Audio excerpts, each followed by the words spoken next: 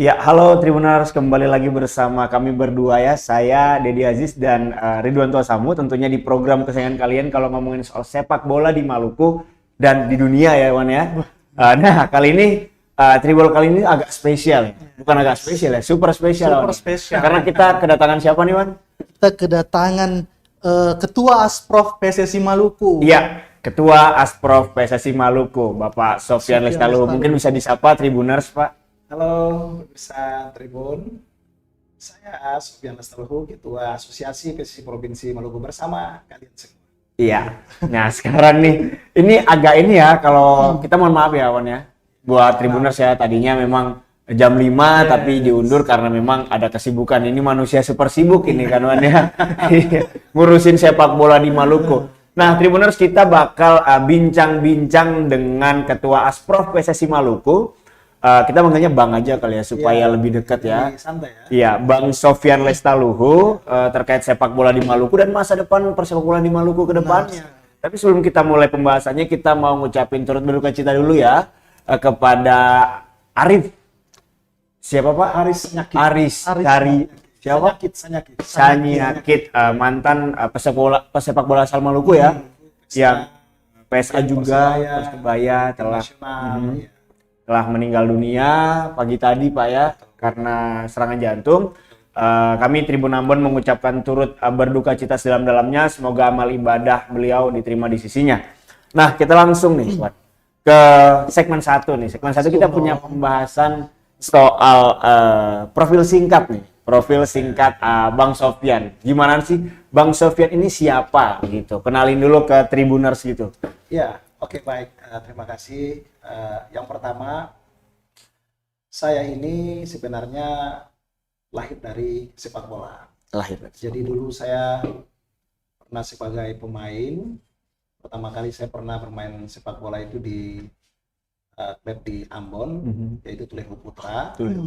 Kemudian saya ke Jakarta. Waktu itu ada seleksi pemain untuk Merpati Nusantara Airlines. Merpati Nusantara penerbangan pada saat itu. Sudah lama berarti.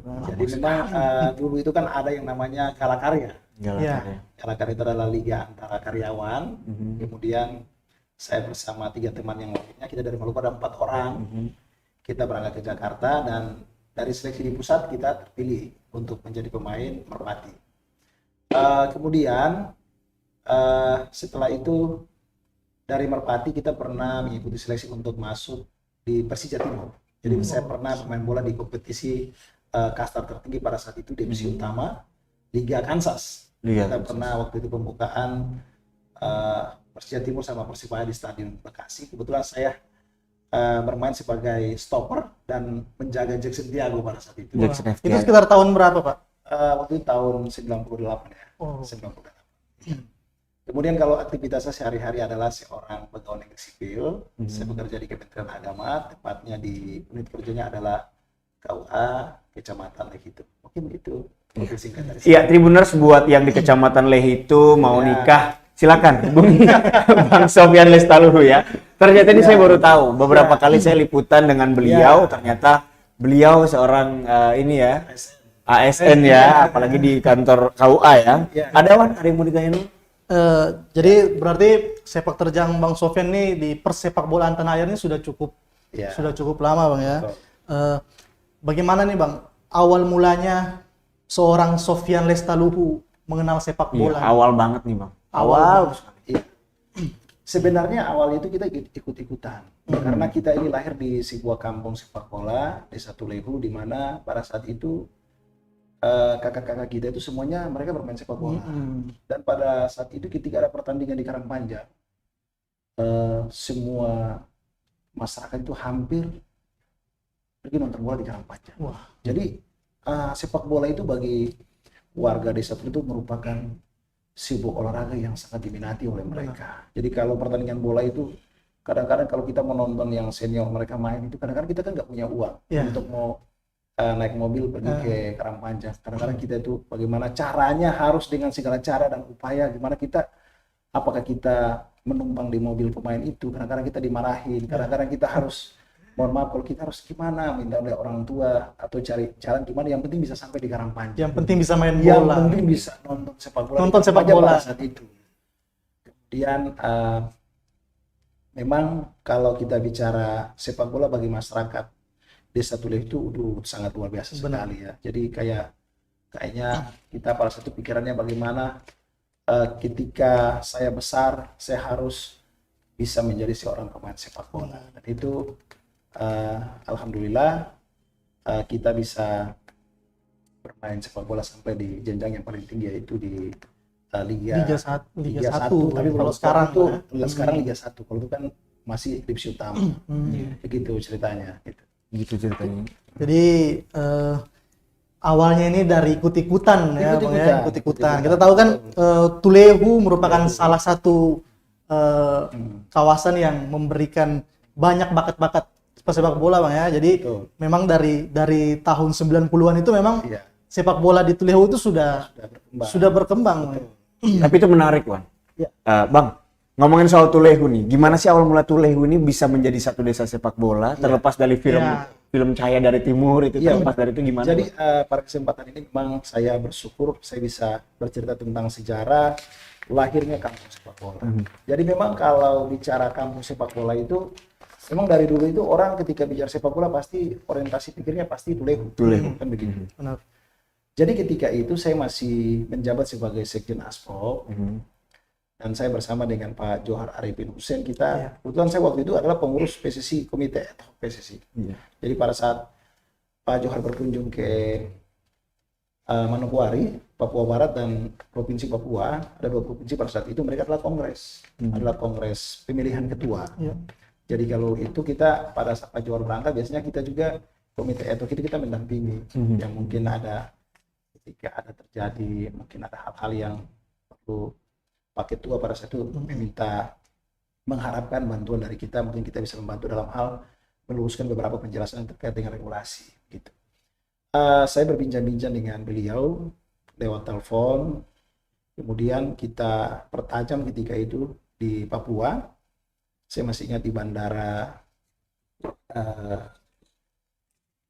Sentani, di launch saya cerita bahwa kita kampung sepak bola ini memang sejak dulu sudah ada. Tapi kita kan butuh legitimasinya. Kita benar. Secara de facto sudah ada, tapi legitimatnya yang harus kita jalankan, kita resmikan supaya ini bisa menjadi sebuah catatan sejarah bagi masyarakat Maluku, khususnya masyarakat negeri Tulehu. Dan alhamdulillah, kebetulan memang pada saat itu Pak Johar itu punya orang tua lagi di Masohi. Itu anak anak mantunya itu adalah anak mantu dari ibunya itu adalah Komandan 731. Iya, jadi memang sekaligus untuk silaturahmi. Jadi saya dari Papua bersama Pak Johar, kita transit di Makassar, kita tidur 1 malam, kemudian besoknya kita ke Ambon, dan kita langsung ke Masohi. Setelah kita di Masohi, silaturahmi selesai, ada pertandingan bola juga di sana, dan kita kembali. Dan proses peresmian itu kita laksanakan, dan saya sudah berkoordinasi. Kebetulan saya kan di Tulehu itu kan punya teman-teman sekolah ya, teman-teman angkatan. Biasanya kalau di tentara namanya leting, kalau di Tulehu itu namanya lekteng. Jadi saya sudah berkoordinasi dengan beberapa teman-teman seperti M. Saleh Lestaluhu, Hamdani Tuharya, supaya bisa mempersiapkan segala sesuatunya. Akhirnya proses itu bisa berjalan dengan baik. Mereka berkoordinasi dengan pejabat pemerintah negeri pada saat itu, beberapa santri juga kita undang, dan acaranya itu kita pusatkan di Tugu itu. Kenapa pemilihan di situ? Karena jalur itu bisa dilalui oleh semua orang. Jadi itu juga mau masuk ke dalam negeri. Sebenarnya kita mau bikin pas di perbatasan antara Suli dan Tulehu. Cuma karena memang waktu persiapannya terlalu singkat, kalau kita bikin di situ kan mungkin kita harus bikin lagi beton seperti itu. Kalau itu kan udah ada, tinggal kita perbaiki sedikit yang kita bikin.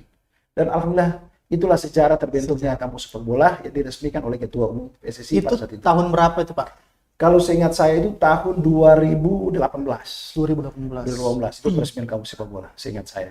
Oh, itu baru diresmikan tahun Baru 2019. diresmikan, Bang, ya. Betul. Tapi perjalanan sepak bola Tulehu itu itu sudah sangat lama. jauh sebelum itu. Sudah jauh sebelum itu sudah ada. Makanya saya bilang tadi sejak dulu tuh orang, karena sejak dulu itu memang kalau pertandingan bola itu kalau di Ambon itu ya memang sering juara itu ya Tulehu. ya Tulehu Putra.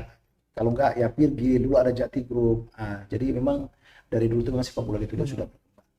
Berarti sebelum di Maluku ya, Iya. sebelum di Maluku semua gemparnya sepak bola ini Tulehu sudah mengawali duluan, Bang ya. Nah, ngomongin soal sepak bola di Maluku, Bang, kita masuk ke pertanyaan yang paling inti di hari ini nih, Wan ya. Dalam kurun waktu 5 tahun terakhir lah, kita tidak usah ambil terlalu jauh 10 tahun. Bagaimana Bang Sofyan melihat sepak bola di Maluku begitu, Bang? Iya. Jadi kalau saya lihat itu, yang pertama ketika kita berbicara tentang sepak bola ini kan ada beberapa unsur di sana. Yang pertama misalnya kita bicara kompetisi. Kita di Maluku ini pada tahun 2018 kita juga dinobatkan sebagai aspek terbaik di Indonesia. Karena apa? Karena kita melaksanakan seluruh kalender PSSI, terutama kompetisi yang diputuskan oleh PSSI lewat kongres. Artinya ada kompetisi, waktu itu ada Piala Nusantara yang sekarang Liga 3, kemudian ada U17, ada U15, ada U13, ini semua kita laksanakan. Itu yang pertama, aspek kompetisi kita laksanakan. Kemudian aspek yang lainnya adalah 5 tahun terakhir ini kita bersyukur dan berterima kasih bahwa dulu kan sebelum saya sebagai ketua ada Pak Dik ya, Pak Dik sebagai ketua Asprop, kemudian Pak Dik sekarang Exco PSSI. Jadi saya sama Pak Dik itu selalu berkomunikasi dengan baik. Karena beliau saya anggap sebagai orang tua, kita punya komitmen yang sama untuk membangun sepak bola di Maluku. 5 tahun terakhir ini, aspek yang kedua adalah sesudah kompetisi adalah aspek bagaimana kita meningkatkan sumber daya kepelatihan. Iya. Oke. Jadi saya waktu itu Maluku pada saat itu dengan Provinsi Jawa Timur kita bekerja sama dan kita mendapat bantuan dari pemerintah Jerman. Jadi program itu ada kerjasama antara PSSI dan pemerintah Jerman. Pemerintah Jerman lewat PSSI-nya Jerman. Lewat Kementerian Pendidikan-nya Jerman. Kemudian kita Maluku dan Jawa Timur itu terpilih sebagai laksanakan di Maluku karena memang yang dari C2 kita ini mereka tidak memenuhi kualifikasi untuk bisa belum lolos berarti Pak. Untuk bisa ke C1 karena C1 kan persyaratannya usia. Sementara yang wasit C2 kita di sini kan mereka punya usia sudah lebih daripada 30. Nah, ini yang membuat kita tidak bisa melaksanakan C1 di sini. Makanya kita kemarin itu terakhir kita ambil yang muda-muda. Kita ambil yang muda-muda dan alhamdulillah sekarang kita Maluku punya wasit nasional itu ada 3. Ada dari Maluku. Dari Maluku sekarang. Dan Jeremy Staples itu sekarang bertugas di Liga 1. Terus kita kirimkan pengawas pertandingan yang kita kenal dengan match commissioner. Kita kirimkan ke Jakarta dan sekarang kita punya 3 nasional, ada Bapak Edi Kailuhu, ada Pak Rahman Latukonsina yang memang sampai saat ini sering bertugas di Liga 3 Putra Nasional dan Alberto Rio Pasa. Jadi ini kita punya para pertandingan di bidang matchcom dan ada beberapa juga yang bertugas sebagai penilai wasit yang kita kenal dengan referee assessor. Itu yang kita kembangkan. Kemudian 5 tahun ini juga adalah tahun yang berat bagi kami untuk melakukan revitalisasi asosiasi PSSI Kabupaten Kota. Ini kemarin sempat dibahas juga. Ya, karena Maluku ini kan terdiri dari pulau-pulau. Jadi ada 2 kota dan 9 kabupaten. Jadi kita sudah membentuk ASKAP itu di SPT Kabupaten Seram bagian Barat. Kita membentuk di Seram bagian Timur, terus kemudian Seram bagian Barat, Maluku Tengah, Buru Selatan, Buru di Kabupaten Maluku Tenggara, kemudian di Kota Ambon. Ini kenapa kita harus melakukan ini? Supaya program-program kita yang kita laksanakan di provinsi ini juga dapat dinikmati oleh mereka yang berada di kabupaten. Itu kira-kira gambaran sementara yang terkait dengan aspek sepak bola yang dilakukan oleh Asprop selama 5 tahun ini, termasuk kita juga menyentuh SSB yang terdapat di pelosok-pelosok negeri yang ada di beberapa kecamatan. Kita harus naik speedboat ke sana untuk bisa dapat melantik mereka, untuk dapat bisa melihat mereka, karena potensi anak negeri ini kan tidak hanya ada di Kota Ambon dan di daerah Maluku Tengah ya, Tapi potensi sebenarnya ada juga di tempat-tempat yang lain, cuma mungkin mereka belum bisa melakukan pembinaan secara baik. Artinya 5 tahun ke belakang ini PSSI Maluku sedang melakukan ini persiapan menuju ke depan lah Bang ya. Soalnya tadi melakukan istilahnya kalau kita bilang penataran ya. Ya, penataran dan pelatihan. Masih juri, wasit dan pelatih gitu. Supaya lebih baik ke depannya gitu. Wan, ada pertanyaan lagi Wan buat kita lihat dari sisi klub profesional mungkin Pak ya. Iya. Klub profesional di Maluku ini kan baru akhir-akhir ini mulai menjamur nih Pak. Iya. Kira-kira dari mata seorang Sofyan Lestaluhu, mengapa baru sekarang gitu? Mengapa dari sebelum-sebelum ini beberapa tahun terakhir sangat kurang kita temui klub-klub profesional dari Maluku yang kemudian bisa menggait potensi-potensi anak muda di Maluku untuk bermain sepak bola? Iya. Faktor yang paling utama adalah faktor infrastruktur. Misalnya, sekarang kalau misalnya ada tim Liga 3 kita dari Maluku, kita bertanding dan kita lolos ke Liga 2. Kalau stadion kita di Karangpanjang itu tidak direnovasi, saya berani jamin bahwa pertandingan Liga 2 itu, walaupun klubnya dari Maluku, tapi kita tidak dapat melaksanakan pertandingan itu di Karangpanjang. Kecuali kita mau merenovasi lapangan itu, baru kita bisa bermain di sana. Dulu ketika Stadion Karangpanjang itu dia layak, dulu ada partai-partai usiran yang pernah dimainkan di sini, seperti Persipura bertemu dengan Gelora Dewata, Persipura ketemu dengan waktu itu dengan apa saya ingat Dasala PSM, itu pernah bermain di sini. Jadi itu salah satu faktor yang paling penting. Artinya infrastruktur ini sebenarnya kan adalah wilayah dari para pemerintah. Jadi dia harus bersinergi antara teknis dengan non teknis ini. Jadi kita berharap semoga pemerintah dapat bisa melihat ini. Kebetulan beberapa waktu yang lalu saya sempat berdialog dengan Pak Kadispora Provinsi, dan memang Pak Sandi menyampaikan bahwa memang sekarang ini Pak Gubernur ya, mereka sudah menyiapkan proposalnya dan mereka desainnya mereka udah bikin. Itu rencana penangkapan itu kalau jadi itu mau dibangun baru. Ini eksklusif dibocorkan ya, di Ambon ya. Jadi kita doakan aja yang terbaik. Iya. Apa yang diupayakan oleh Pak Sandi dan Pak Gubernur, mudah-mudahan di masa Pak Murad ini stadion kita bisa hampir mendekati di daerah lain. Gitu. Karena Stadion Karangpanjang ini sebenarnya sudah cukup lama nih, cukup lama tidak layak lah sebenarnya. Betul, tidak layak. Ini sebagai alasan mengapa pertandingan kita itu kita laksanakan di 7-3-3. Kenapa harus kita laksanakan di Lantamal Halong? Karena memang lapangan di Karangpanjang itu tidak layak dari sisi rumputnya, kemudian drainasi udah nggak fungsi. Jadi kalau hujan itu sudah pasti tergenang. Itu yang itu membuat itu salah satu faktor yang memang sangat menghambat mengapa tim besar itu tidak bisa bermain di sini. Kenapa juga kita tidak bisa dari dulu kita tidak melakukan itu. Kemudian faktor yang kedua adalah tentunya PSSI Maluku mempunyai skala prioritas. Gitu. Jadi memang kita benahi pelatihnya dulu, kita benahi perangkatnya, kita benahi perwasitannya dulu, kan begitu kan? Jadi kita benahi dulu pemainnya melalui SSB, ya kan, setelah mereka ikut kursus, pelatih kembali ke SSB, kita dorong terbentuknya SSB, kita siapkan lagi askap-askapnya dulu, kan begitu kan? Ketika semua sekarang, contohnya sekarang nih, kan salah satu persyaratan untuk Liga 3 pelatih harus punya lisensi. Sekarang kan udah bisa kan kita kan? Karena itu untuk Liga 3 minimal lisensi. Sekarang minimal itu yang dikeluarkan oleh PSSI minimal lisensi C. Tapi kita nanti akan menyesuaikan dengan kondisi di sini ya, di sini. Makanya kemarin itu kita mencoba sebelum Liga 3 ini kita paksakan harus tetap kita melaksanakan kursus lisensi C supaya bagi teman-teman yang pegang klub Liga 3 sekarang mereka sudah bisa.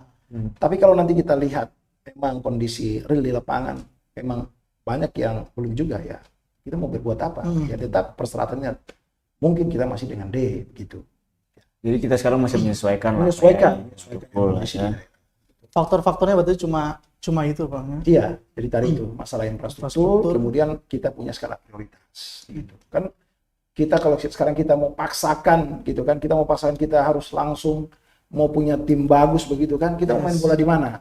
Kita mau paksakan juga sekarang ini kan investornya mana kan begitu. Makanya saya kasih tahu bahwa munculnya Maluku FC dan munculnya Siwa 5 dan klub-klub yang lain kan sebenarnya bukan hanya tim dua ini. Saya juga banyak. Kemarin saya melantik di Liang, saya melantik di Morella gitu kan. Sebenarnya terus kita dorong ya kan. Kita nggak pernah tahu sebenarnya nanti di antara 10 tim ini atau di antara kan lebih kan sebenarnya klubnya bukannya 10 ini kan lebih kan cuma yang lebih ikut ini kan cuma 10. Kita tidak tahu tim mana yang nanti bisa lolos, kita nggak tahu. Intinya kita Asprop ini ada di tengah. Kita tidak ada di kiri, tidak ada di kanan. Siapapun yang mengikuti kompetisi, dia yang juara, ya kita mensupport itu, kita mendorong itu. Nah, jadi sekarang itu saya menggunakan pendekatan emosional. Jadi CEO Maluku FC itu kan itu juga teman saya. Ketika kita berdialog pada saat mereka datang ke Ambon, itu secara kebetulan. Kita berdialog, dia memang Pak CEO itu memang dia dari dulu punya mimpi bagaimana sepak bola Maluku ini harus maju. Saya bilang buat apa CEO, saya bilang kakak sekarang kalau kita tidak berbuat sekarang ini kapan lagi? Dan kalau tidak kakak siapa lagi kan? Bagaimana kalau kita buat tim liga? Oke, saya setuju. Langsung malam itu juga langsung dia itu transfer itu biaya pendaftaran klubnya langsung malam itu juga dari tempat itu. Jadi saya pikir bahwa itu bukan kebetulan, itu sudah rencana Tuhan seperti itu. Iya. Seperti sekarang Siwa 5 itu juga teman saya. Jo itu orang Ambon, dia memang sudah di industri sepak bola sudah lama. Saya bilang, Bang, ini sepak bola Maluku ini harus kita bangun, kita bentuk dulu atmosfernya nih. Cuma kan orang mau mendanai tim sepak bola ini kan tidak gampang. Kan harus orang gila kan, gila. Karena orang yang normal kalau yang masuk di sini udah pasti keluarnya gila. Jadi mendingan harus betul-betul gila dulu kan begitu kan. Kalau nggak gila jangan coba-coba masuk di sini. Nah, syukurlah Om Jo ini langsung dia respon.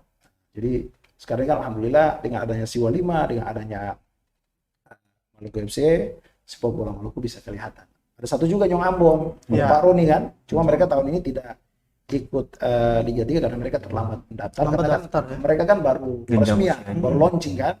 Tapi Pak Roni saya lihat serius juga Pak Roni.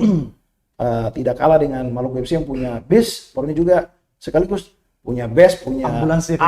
Wah, ini saya melihat bagus lah. Ini ada perubahan lah ya. Maksudnya kalau kayak gini kan anak-anak pasti kan lebih bersemangat. Gairahnya ada. Iya. Nah, Bang, gini Bang. Ini ngomongin soal banyak pemain potensial kita nih di Maluku, Bang. Ini mungkin pertanyaan yang banyak ditanyain orang lah. Kalau orang di warung-warung, di kafe-kafe nonton Liga 1 itu biasa mereka Ambon punya mana? Maluku punya mana? Nah, mungkin Abang bisa menjawab buat orang-orang atau teman-teman yang selalu alah percuma Maluku ada Kampung Tulehu tapi nggak ada klub di Liga 1 gitu. Mungkin bisa dijawab langsung. Iya, oke, terima kasih. Jadi begini, Bapak saudara semua yang kebetulan menonton acara ini, saya mau sampaikan bahwa apa yang menjadi keinginan kalian itu adalah merupakan mimpi kita bersama. Dan mimpi ini tidak bisa terjadi secara tiba-tiba. Karena keajaiban itu tidak turun secara tiba-tiba juga dari langit. Tapi ini harus kita kerja gitu loh. Kita harus berusaha. Nah, kita di Maluku kan pernah punya Persemalra. Kita Maluku juga zaman dulu punya PSA. Kan gitu. Orang di kota Ambon ini kan selalu bicara kapan ini kita Maluku punya tim Liga 1. Kapan kita Maluku punya tim Liga 2. Ini merupakan mimpi kita bersama. Jadi semua ini kan harus melalui proses, kan begitu kan. Hanya ada dua cara yang perlu saya sampaikan di sini. Cara yang pertama, kecuali misalkan ada orang yang punya uang, orang kaya, ada investor, dia langsung beli tim Liga 2. Misalnya ada orang mau jual misalkan Sriwijaya FC. Misalkan kita akuisisi gitu kan. Misalkan ada investor akuisisi, terus dia bawa ke Ambon, ya otomatis Maluku punya tim Liga 2. Kan begitu. Tinggal nanti pada saat kongres kita usulkan untuk perubahan nama, kan begitu kan? Itu ada cara yang instan, yang pertama. Sementara cara yang normal adalah kita harus berkompetisi lewat Liga 3. inilah yang dilakukan oleh Maluku FC dan yang dilakukan oleh Siwa 5 dan tim-tim yang lain. Jadi saya berharap semua masyarakat sepak bola, para pecinta sepak bola, kita harus mensupport tim-tim yang hari ini sedang berbenah. Iya. Karena yang mereka lakukan ini adalah bagaimana mereka bisa mewujudkan mimpi-mimpi dari masyarakat di Maluku, kan begitu. Tahun ini merupakan tahun yang baik bagi saya karena format kompetisi yang dikeluarkan oleh PSSI yang lolos dari putaran provinsi langsung lolos ke putaran nasional. Tidak pakai Kalau di tahun yang kemarin kan kita lolos di provinsi, kita harus Masih ini lagi. regional dulu Regional. nih. Kayak Ternate kan, Maluku Utara.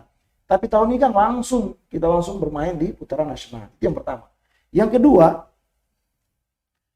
biasanya kalau tahun kemarin kan yang lolos cuma 4 tim kan. Tahun ini yang lolos itu ke Liga 2 itu 8 tim. 8 tim. Ini artinya kan banyak peluang yang ada di situ. Kita berharap mudah-mudahan dari 8 tim ini mudah-mudahan ada satu program dari Maluku. Itu harapan kita semua. Jadi apa yang menjadi pertanyaan, menjadi keinginan, kegelisahan gitu kan. Itu adalah kegelisahan kita semua. Dan sekarang kita bersama-sama sedang melakukan itu. Kita butuh support dari semua stakeholder. Ya, Tribuners itu tadi didengarkan tuh. Bagaimana Bang Sofyan bilang kita harus membenahi dulu ya Wan ya Bang ya dari awal supaya kita menuju ke Liga 2 supaya kita bisa ada di Liga 1. Support dari masyarakat tentunya dengan doa aja cukup ya. Ada lagi Wan? Ngomong-ngomong Bang, Asprof Maluku nih sejak kapan? Jadi sebenarnya kalau berbicara sejak kapan, ya sejak dulu sudah ada. Jadi dulu, namanya kan cuma yang berbeda aja. Dulu kan namanya, jadi kepengurusan PSSI itu dari zaman dulu itu, dulu kan PSSI punya program di daerah itu namanya, dulu ada Pengda. Terus ada juga yang namanya Pengprov gitu kan, Pengprov PSSI Maluku gitu. Sampai yang terakhir itu namanya adalah Asprov gitu. Jadi memang dari dulu PSSI itu sudah punya perwakilan di Maluku sini dari zamannya orang tua-tua kita itu sudah ada. Zamannya Pak John Mailoa, sudah lama. Itu saya nonton di filmnya John Mailoa Cup. Pertanyaannya gini Bang. Ya. Kalau Asprov ini sudah lama. Ya. Mengapa baru sekarang terlihat bahwa mendorong sepak bola Maluku untuk lebih maju nih? Ini bukan pertanyaan dari saya. Ini pertanyaan dari teman-teman saya semalam waktu saya pertanyaan titipan ya. Gitu kan, pertanyaan titipan. Maksudnya kenapa 5-10 tahun ke belakang ini nggak ada inisiatif dari PSSI perwakilan Maluku, Asprov untuk mendorong potensi yang ada nih? Kenapa baru sekarang nih terlihat gitu? Maksudnya baru sekarang terlihat bermunculan, baru sekarang nampak gitu klub-klub gitu, nampak ada kemajuan di sepak bola Maluku. Sedangkan bertahun-tahun kita lihat sepak bola Maluku ini ibaratnya mati suri lah. Iya, jadi sebenarnya kita juga tidak bisa bilang bahwa yang sekarang itu adalah yang terbaik. Itu juga saya tidak setuju juga. Karena sebenarnya semuanya kan adalah proses yang berjenjang. Ya, proses yang berjenjang. Kayak contoh misalnya, di zaman Pak John Mailoa itu Maluku juga pernah juara Piala Met. Artinya kan itu juga sebuah prestasi yang bisa membanggakan kita masyarakat Maluku, kan begitu. Menurut saya kalau berbicara masalah kepengurusan, kenapa tidak dari dulu? Karena memang setiap pengurus itu kan dia punya skala prioritas ya, skala prioritas yang dia juga menyesuaikan dengan kondisi di lapangan. Kita dulu itu lebih banyak positioningnya itu adalah bagaimana kita Maluku ini sebagai gudang pemain. Karena memang di sini ini kita mau bicara klub gitu kan, uangnya mana gitu, uangnya mana? Sekarang intinya bayangkan aja ya, investor, uangnya mana gitu. Bayangkan aja kita ini udah pengalaman gitu. Kita bawa tim ke Pulau Jawa lah. Kita bawa tim itu sekali berangkat itu pasti itu sekitar 250 juta, 200 sampai 250 juta. Terus kalau nggak ada investor itu bagaimana? Apalagi kalau misalnya main di Liga 2, bayangin aja berapa kali pertandingan itu. Artinya Berarti minimal kalau satu tim itu Liga 2 itu minimal dia udah harus punya uang sekitar 10 sampai 15 miliar. Apalagi kalau Liga 1 kan begitu. Kalau kita bicara gitu, terus pelaku-pelaku sepak bola yang sekarang yang tidak latar belakang finansial tidak kuat, mereka bisa melakukan apa? Sehingga mungkin ya itu menjadi salah satu faktor mereka merubah, mereka punya target kerja. Oh berarti kita nih Maluku nih ya udahlah, kan ujungnya adalah tim nasional. Ya udah kita produksi aja pemain sebanyak mungkin, kita kirim ke Jakarta, kita kirim ke tim nasional. Nah, itu yang terjadi. Makanya kalau kita boleh jujur, Maluku ini tidak henti-hentinya melahirkan pemain nasional. Sepakat. Gitu kan? Walaupun kita tidak punya tim besar, tidak punya tim liga, tapi setiap tim nasional. Kemarin kita baru kirim lagi satu kan, MX Lestaluhu. Itu kita kirim lagi ke Jakarta kan, untuk tim nasional. Artinya target kita daerah ini kan bagaimana mengharumkan nama bangsa dan negara. Nama daerah, nama bangsa dan negara. Jadi bagi saya memang mungkin sekarang sudah waktunya. Mudah-mudahan banyak investor yang memang mereka berasal dari asli Putra Maluku, mereka juga terpanggil bagaimana bisa membesarkan negeri, provinsi raja-raja ini lewat cabang olahraga sepak bola. Ya memang terbukti sih Bang, bermunculan klub. Kita tahu yang paling heboh sekarang ini ada 2 klub ya, Maluku FC, Siwalima. Jong Ambon juga nggak kalah nih Bang. Tapi banyak klub-klub ini bagaimana Abang melihat hal itu? Banyak klub-klub yang bermunculan karena kita tahu sebelumnya itu kita punya PSA, kita punya Persemalra juga, tapi saat ini eksistensi mereka mungkin menurun Bang. Iya. Gimana nih Bang untuk mempertahankan eksistensi klub dan melihat hal itu Bang? Iya, jadi memang kita bicara masalah klub ini kan sebenarnya, jadi klub itu kan cuma ada 2 kan, maksudnya 2 jenis. Ada klub amatir dan klub profesional. Kalau kita berbicara di tingkat provinsi kita berarti kan amatir. Artinya kalau berbicara amatir kita kan berarti dari segi manajemennya juga berarti kan masih amatir. Pemain yang bermain di sini kan mereka kan tidak dibayar seperti yang di profesional kan, kan begitu. Jadi memang di sini masih alami kan begitu. Jadi kita memang selalu berupaya untuk terus mendorong munculnya klub-klub yang baru. Karena kalau misalkan sekarang ini kita terus berharap kepada klub-klub yang lama, kan pengambil keputusannya kan bukan di Asprop. Pengambil keputusan adalah mereka sendiri. Jadi klub itu kita harus tahu bahwa Asprop itu hanya sebagai regulator dan operator. Kita melaksanakan kompetisi dan kita ngasih tahu buat tim ini aturannya seperti ini. Kan begitu kan? Sementara kalau misalkan klub dia bertanding kan Asprop kan yang ngasih uang ke dia. Jadi orang yang bikin klub itu berarti secara finansial dia harus siap dengan itu. Persoalannya adalah ketika ada klub yang kolaps. Menarik. Kan dia mau bagaimana nih? Artinya dia sendiri harus bisa, apakah dia menjual klub itu atau dia mencari kerjasama dengan pihak-pihak yang lain. Jadi kan dia harus sendiri menyelesaikan itu. Kalau misalkan dia bisa membangun komunikasi dengan pemerintah, ya syukur, cerita bantuan. Dia membangun komunikasi dengan sponsor, ya syukur, kan begitu kan? Jadi memang kita Asprop selalu bersemangat untuk terus mendorong. Makanya kita terus melahirkan klub-klub yang baru. Itu. Ya, klub baru ini kalau sampai bulan September ini aja sudah ada 4 klub yang launching tim. Betul. Ada Maluku FC, Siwalima, Tunas Harapan sama terus di Fajar Murela. Ya, itu mereka sudah mulai banyak. Nah, Bang, ini yang paling inti nih karena kemarin kita teman-teman media juga sempat memberitakan soal kick off Liga 3, Bang, yang katanya hari ini. Tapi sampai hari ini juga belum ada, Bang. Setelah mengalami penundaan dan bulan berapa ya mengalami penundaan sampai sekarang ya. Nah, mungkin bisa langsung diumumkan Bang untuk teman-teman kita kepastian Liga 3 nih kapan Bang di Maluku? Iya, jadi perlu saya sampaikan bahwa sesuai dengan hasil rapat Asprop dengan Ketua Umum PSSI, kemudian dilanjutkan dengan rapat antara Direktur Kompetisi se-Indonesia ya dengan Sekjen, termasuk Sekjen Asprop. Jadi sebenarnya Liga 3 ini menurut ketentuan itu mereka ngasih tahu ke kita timeline yang terbaru itu adalah 1 Oktober baru kick off. Kita Maluku ini karena memang dari awal ini kita sudah bersemangat. Kita udah bersemangat. Jadi memang kalau misalkan nanti kita kick off tanggal 23 ini kita Maluku adalah Asprop yang pertama yang kick off. Nah, Kemarin kan kita rencanakan tanggal 18. Iya, hari ini. Kemudian hari ini ya. Kemudian kita mundur beberapa hari ke tanggal 23. Kenapa? Jadi begini. PSSI kan sudah punya perencanaan itu ya. Mereka kan nanti baru kickoff tanggal 1 Oktober. Iya. Nah, jadi pendaftaran pemain itu sekarang itu tidak manual. Pendaftaran pemain itu sekarang setiap tim itu punya admin. Dan mereka itu input melalui sebuah sistem yang disiapkan oleh PSSI yang namanya SIAP. Kalau Liga 1 Indonesia itu namanya LIAS. Kalau di Liga 3 itu namanya SIAP. Jadi di situ admin klub itu yang menginput seluruh pemainnya. Dan memasukkan lampiran-lampiran persyaratannya kayak seperti ijazah, KTP, Pemberkasannya. fotonya, berkasnya semua di input situ.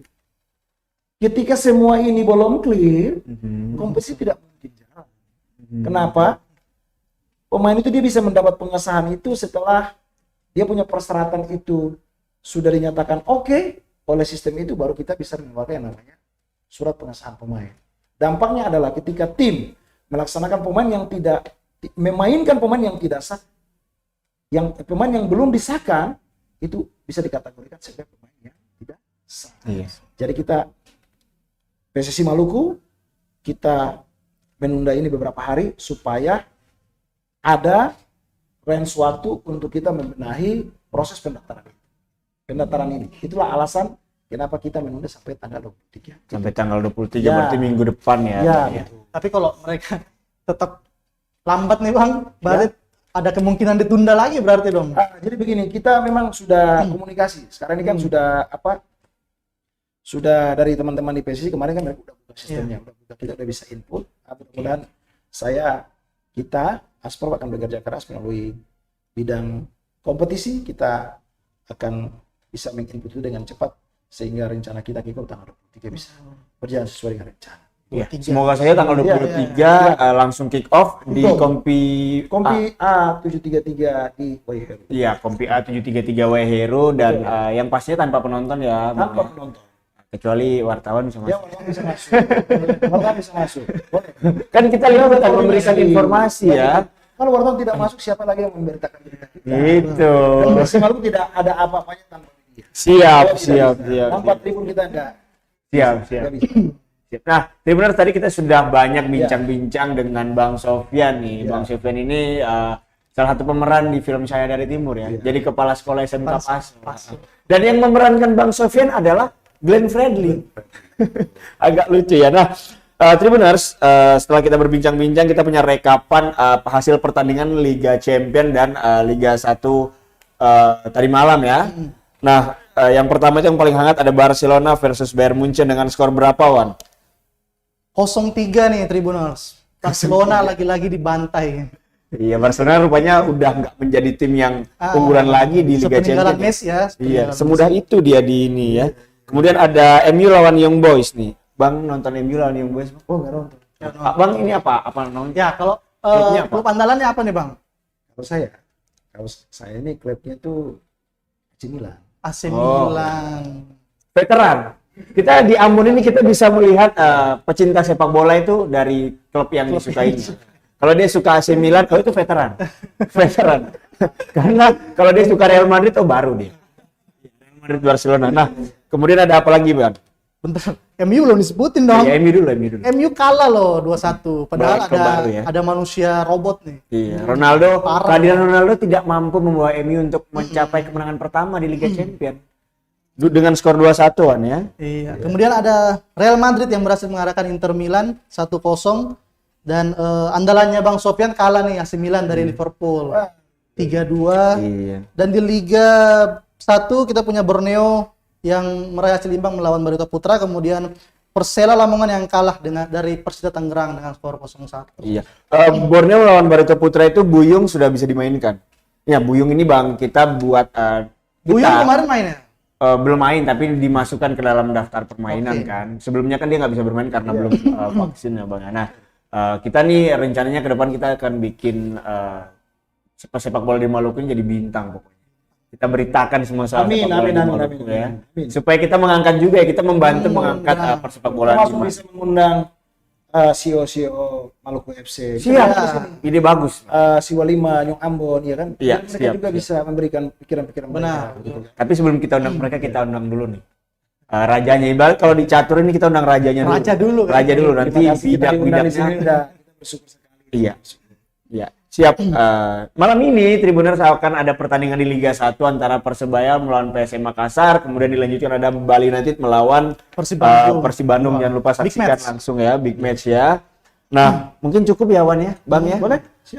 Ya Tribuners, demikian tadi percakapan kita ngobrolin soal sepak bola di Maluku, atau mungkin Wan ada tambahan Wan? Nggak ada sih. Ini karakternya.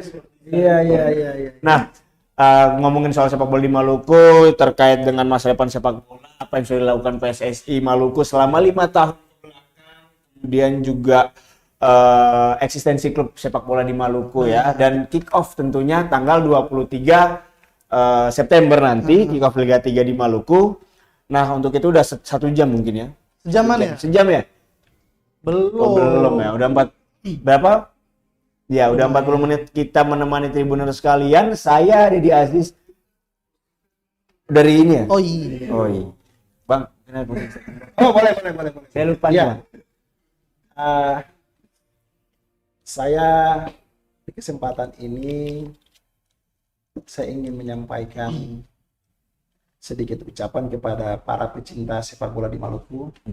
Marilah kita bersama-sama bahu-membahu kita mensupport tim-tim yang saat ini menjadi kontestan Liga 3. Iya. Karena mudah-mudahan di antara 10 tim ini ada salah satu tim yang dapat mewakili Provinsi Maluku Amin. yang akan lolos ke Liga 2. Liga 2. Kalau bukan kita, siapa lagi? Kalau bukan sekarang, kapan lagi? Siap. Inilah waktu yang tepat, momen yang pas untuk Maluku dapat lolos ke Liga 2. Mohon support dari masyarakat sepak bola di Provinsi Maluku. Itu saja. Terima kasih. Siap, Wan, silakan Luar closing biasa. statement. Saya juga. Iya. Saya mungkin menyimpulkan aja ya dari sekian banyak kita ngobrol tadi, Ya. kan menjadi pertanyaan banyak pihak nih mengenai yang tadi saya tanyakan kan, kenapa klub-klub baru bermunculan. Jadi untuk Tribuners nih ternyata untuk mengelola sebuah klub itu kita memerlukan investor kan. Jadi yang selama ini kurang dari Maluku itu adalah investor yang Ya. membangun klub-klub amatir di Maluku. Dan selama ini ternyata Maluku ini cuma fokus untuk menyumbang pemain, membimbing pemain, melatih dan kemudian menyumbang untuk bersaing di tim nasional ya. Itu yang sebenarnya selama ini banyak kurang tahu ya. Ya, makanya investor-investor, ayo silakan nih masuk ke Maluku, langsung hubungi. Benar. Nah, Welcome. ya, welcome to the jungle ya. Oke, sudah, Bang? Oke. Wan, sudah ya? Tribuners, terima kasih sudah menyaksikan kita di malam hari ini bersama Ketua Asprof PSSI Maluku, tentunya Bang Sofyan Lestaluhu. Saya Deddy Aziz, jurnalis olahraga Tribun Ambon bersama kawan saya. Ridwan Tuasamu. Dan Sofyan Lestaluhu. kami bertiga undur diri. Wassalamualaikum warahmatullahi wabarakatuh. Bang, terima kasih Bang ya. Terima kasih sudah nonton. Jangan lupa like, subscribe, dan share ya.